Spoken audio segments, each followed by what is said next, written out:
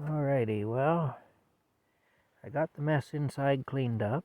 Here's my homemade sauce that I made. I'm adding it to the corkscrew pasta. I've already drained the pasta. I'll just add my sauce to it here. Yeah, there it is.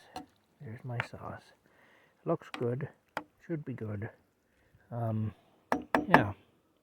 Anyway, we'll put the lid back on so all the heat doesn't go out of it. Like I say, I got the mess inside cleaned up. I got my cat food covered shoe cleaned up too, so that's good. And yeah. Anyway, got all that done. This will be my first meal of the day, and as you can see, it's dark. It's what is it now? Well, I can't get the clock to come down, but it's dark anyway, as you can see. So yeah. All right. Let's go inside here. Shut this down here. It seems that this stove has a slow propane leak even when the valves are off here. So gotta always make sure I turn off the valve at the tank because I don't want to lose all my propane. Okay, now. Oh, this is another thing here. Okay, I have to open the door. Set that up there, and I'll open the door. My goodness. Okay, now. Oh, we'll put that up there. And then we'll get the dinner. We'll bring the dinner in. There's some cat food on there. My goodness. Oh, well, this is all cleaned up now anyway, at least. It is all cleaned up. I don't want to spill that. I don't have a lot of room in here, so there's Rocky. He's content. He didn't get as much food as he would normally have gotten because of that mishap, but he got a little bit of a feed anyway, and he seemed happy about that. All right, here we go. We'll put that right there. I'm going to close the door now. Anyway, yeah, I'm a little discouraged, but that'll happen. All right.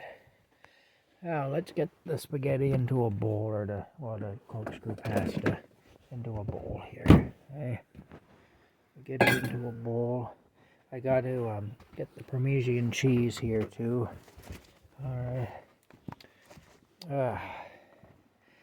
I just realized I thought I had one more tank of propane than I actually had. I just realized the one I'm using now is my last tank of propane. So my truck still isn't ready, so I'm probably going to have to walk into town again.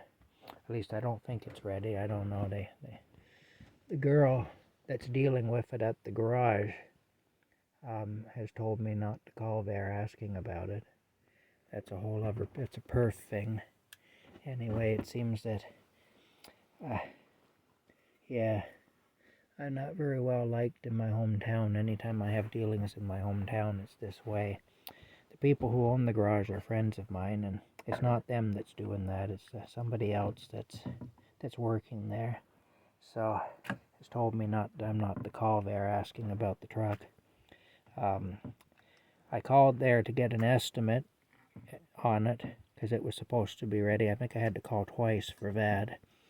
And then when the estimate was ready, I got her, and she put me through to some man who I don't know who he was, and he gave me the estimate, and I approved it. And he told me the truck would be ready by the end of the week. That was in December.